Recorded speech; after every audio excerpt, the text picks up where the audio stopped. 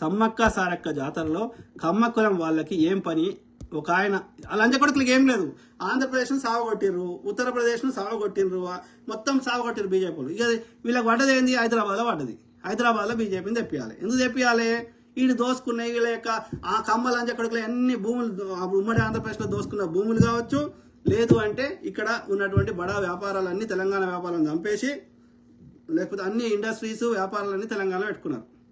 So అవన్నీ ఏడ వెళ్ళిపోమంటారు అని బీజేపీని తెచ్చుకుంటే ఇంకా ఎక్కువ దోసుకోవచ్చని వాళ్ళు కుట్ర. దాచుకోవడానికి, కాపాడుకోవడానికి, ఇంకా ఎక్కువ దోసుకోవడానికి ఇక్కడ బీజేపీని తేవాలని చూస్తారు. ఏది పచ్చగా ఉంటే అది మాకు కావాలి. లంజా కొడుకులు అంతే. ఇట్లనే ఏరి తెలంగాణ ఉద్యమాలు లాంటివి ఇంకా ఎక్కువ వస్తాయి. అప్పుడు ప్రశాంతంగా జరిగింది తెలంగాణ ఉద్యమం. ఇప్పుడు అట్లా జరగదు. ఇక కాలవెట్టులే ఉంటాయి. సమ్మక్క సారక్క జాతరలో కమ్మ కులం వాళ్ళకి ఏం పని? ఒక ఆయన ఏం లేదు, ఆ చెత్తలంజ కొడుకులు వాడి ఇల్లు మంచిగా ఉండాలి. ఎవడు ఎక్కడ చచ్చిపోయినా ఏ వానికి బాధ కాదు. నిజంగా కమ్మ కులం వాళ్ళు దేవత దర్శనం కోసం వస్తే ఎవరికి బాధ లేదు. కానీ సమ్మక్క సారక్కని చంపింది కాకతీయ కమ్మలు. ఇది చరిత్ర. ఈ మీడియా ఛానల్ ఆమె కూడా చౌదరి కమ్మ చంద్రబాబు నాయుడు భజన, ఉత్తరప్రదేశ్ యోగి భజన చేస్తుంది. వీళ్ళు తెలంగాణలో అది మొన్నటిదాకా సోషల్ యాక్టివిస్ట్ అని భార్యాభర్తల గొడవల గురించి ఏదో మాట్లాడేది. అది జర్నలిస్ట్ ఎందుకు అవుతుంది? సోషల్ యాక్టివిస్ట్ అని పెట్టుకున్నది ఎవరు? ప్రియా చౌదరి. ఇప్పుడు జర్నలిస్ట్ ఎట్లయింది? అది దొంగ మండల్.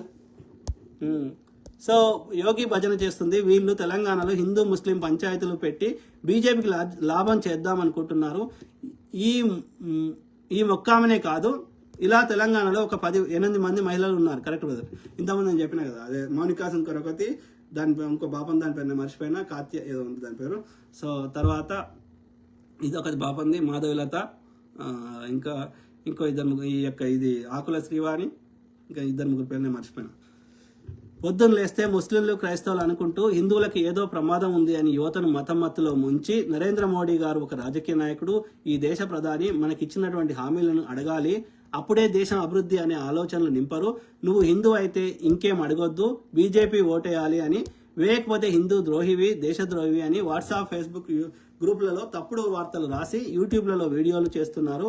నిజంగా వీళ్ళకి ధర్మం మీద అంత ప్రేమ ఉంటే సాయిబాబా పేరు, శ్రీ వైష్ణవ్ పేరు లాస్ట్కి ఏ స్థాయికి దిగజారిందంటే డాక్టర్ బాబాసాహెబ్ అంబేద్కర్ గారిని విష్ణుమూర్తి యొక్క 10వ అవతారం అని మేము ఇస్తాము, నువ్వు క్రిస్టియన్ వాళ్ళకి పోకు అని చెప్పారు బుద్ధిజం సైడ్.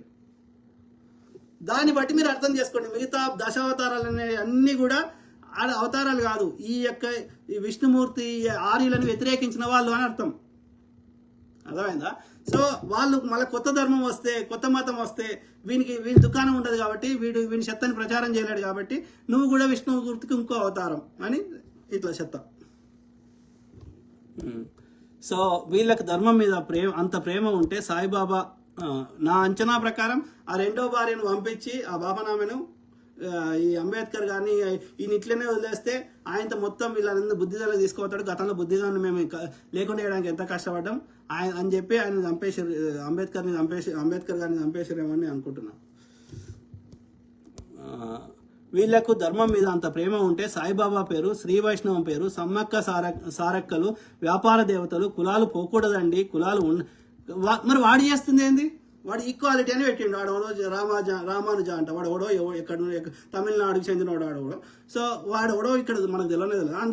వందో విగ్రహం తెచ్చి ఎందుకు పెట్టినావు తెలంగాణలో? జిఆర్ ట్రస్ట్ మీద 1000 కోట్లు ఎందుకుంటాయి? దొంగ నా కొడుకులు. దేవతలు కులాలు పోకూడదండి, కులాలు ఉండాలి. మేకను తింటే మేక ఆలోచనలు వస్తాయి, కోడిని తింటే కోడి ఆలోచనలు వస్తాయి అని ఆహారపు అలవాట్లను దేవుళ్ళ మధ్య చిచ్చు పెడుతున్న ఆంధ్ర చిన్నజీఆర్ స్వామి టైపిస్టు లంజ కొడుకు మీద వీళ్ళు ఒక్క వీడియో కూడా ఎందుకు చేయరు? ఎవరి దేవుడిని వాడు నమ్ముకోండి, తప్పులేదు. కానీ మనందరం బంధువులం అంటారు. కింది కులాల వారు పై కులాల వారిని చంపినప్పుడు ఒక్క ఆర్ఎస్ఎస్ బీజేపీ మీడియా మాట్లాడదు. పైగా మేము ఇండిపెండెంట్ జర్నలిస్టం అని ఆంధ్రాకు సంబంధించిన కమ్మ మీడియా భజన చేసుకుంటుంది. మీరే చెప్పండి. ఆమె ప్రియా చౌదరి అంట, వాడు కూడా అంతే, ప్రియా పచ్చళ్ళు అని అమ్ముకుంటూ వచ్చాడు.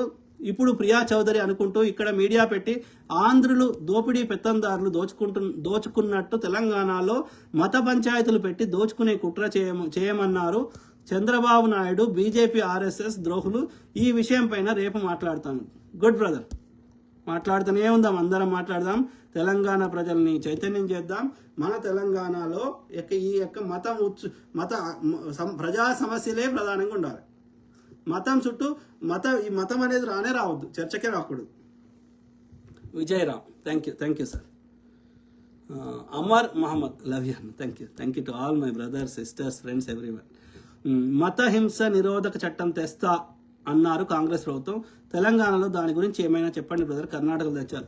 చెప్తూనే ఉన్నాం బ్రదర్. రేవంత్ రెడ్డి గారు దయచేసి మీరు కొంచెం కఠినంగా వ్యవహరించాలి బీజేపీ ముండకొడుకుల మీద. మీరు కొంచెం ఏమంటారు, ఎందుకంటే ఆ ఓటుకు నోటు ఉంది కదా, మళ్ళీ ఏమైనా అంటారని జర సాఫ్ట్గా ఉంటున్నట్టు అనిపిస్తుంది నాకు. కరెక్టే కానీ మరి సాఫ్ట్గా ఉంటే పని కాదు కదా. సో చేయాలి.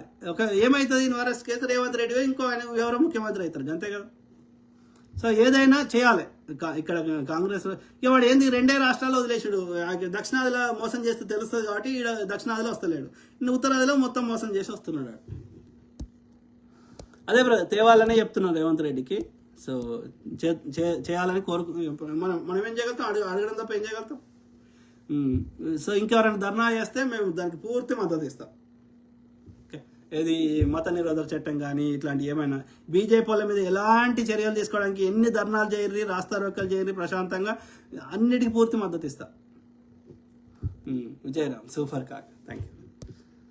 ఎవరు, రాజేష్ మామిడిపల్లి. స్వతంత్రం వచ్చిన కొత్తలో నెహ్రూ గారు పరిపాలించేటప్పుడు ఆ తర్వాత కూడా ఇది లేదు బ్రదర్. అధికారికంగా ముఖ్యమంత్రులు, ప్రధానమంత్రులు హిందూ కార్యక్రమాలు లేదా ఏ మతపరమైన కార్యక్రమాలకు వెళ్ళి అది ఒక అధికారిక ప్రభుత్వ కార్యక్రమాలుగా చేయడము ఎందుకు, ఏం అవసరం?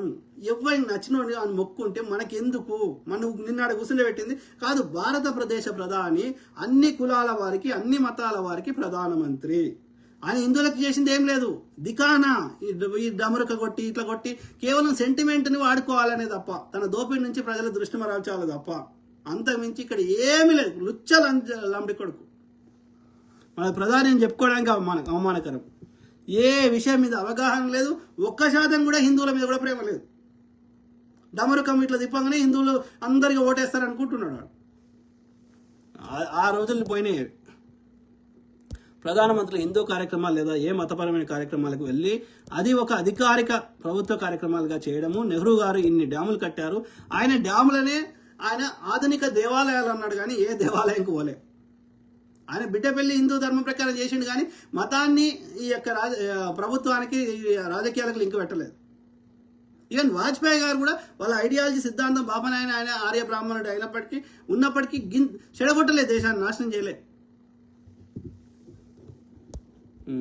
సో నెహ్రూ గారు ఇన్ని డ్యాములు కట్టారు. ఎన్ని కట్టారు? ఎక్కడ ఒక్క యుద్ధ పూజ కానీ, ఆయుధ పూజ కానీ, యుద్ధ పూజ కానీ చేయలేదు. ఇది తర్వాత ఎలా వచ్చిందో ఏం లేదు. ఈ శాతగానోడే మతం పట్టుకుంటాడు. వాని దగ్గర విషయం లేనప్పుడే ప్రజల దృష్టి మరల్చడానికి ఇవన్నీ నాటకాలు ఆడతాడు. బూతులు మాట్లాడతాడు, లేకపోతే టాపిక్ డైవర్ట్ చేస్తాడు. విషయం ఉన్నాడు విషయమేమి మాట్లాడతాడు. సో వాని దగ్గర విషయం లేదని వాడే ఒప్పుకుంటుండు. ఇది బాలు బోజ్ నాగబాబు పవన్ కళ్యాణ్ గురించి మాట్లాడారు. ఏం మాట్లాడారు బ్రదర్? చిరంజీవి ఫ్యామిలీ అంటేనే దరిద్ర ఫ్యామిలీ. వాడు పార్టీ ప్రజారాజ్యం పార్టీ పెట్టి 1000 కోట్లు దోసుకున్నాడు. వాడు ఆ 1000 కోట్లకి వెళ్ళి దాని మీద వచ్చిన మిత్తి భూమి వాళ్ళకెళ్ళి 5 పైసలు 10 పైసలు ఇచ్చి నేను గొప్ప అని మీడియాలో ప్రచారం చేసుకోవడం. సినిమా ఇండస్ట్రీలో వానికి అనుకూలం కాకుండా ఎవరైనా ఇండిపెండెంట్గా ఉంటే వాళ్ళని తొక్కేయడం. ఏం చేసిర్రు వాళ్ళు? అందరు దొంగలే. 3 అన్నదమ్ములు దొంగలే. నెల్లూరు నుంచి వచ్చిన వాళ్ళు ఇక వాళ్ళు మంచిగా ఉంటే చాలు అంతే. అన్ని చిరంజీవి అట్లాంటి వాడే. నాగబాబు తెలివిలో ఏ విషయం వేస్ట్ నా కొడుకు. ఇక అందరికంటే వేస్ట్ నా కొడుకు పవన్ కళ్యాణ్. ఒక 10 నిమిషాలు ఒక సబ్జెక్ట్ మీద మాట్లాడమని చూద్దాం. Pawan Kalyan zero knowledge. వాళ్ళకి తెలిసింది ఏం లేదు. ఏదో ఒక దారిలో అధికారం రావాలంతే. బాచి ముద్దం. తర్వాత హెల్త్ జిహాద్ అనుకుంటా హాస్పిటల్స్ మీద ఉంటుందేమో. ఏంది బ్రదర్ జిహాద్? అదేదో నేరము, అదేదో అంటరాని పదము. అది ఏమీ లేదు అసలు. దానికి కేవలం ప్రజలు రెచ్చగొట్టడం తప్ప ఏం లేదు. దుర్మార్గం, నీచం.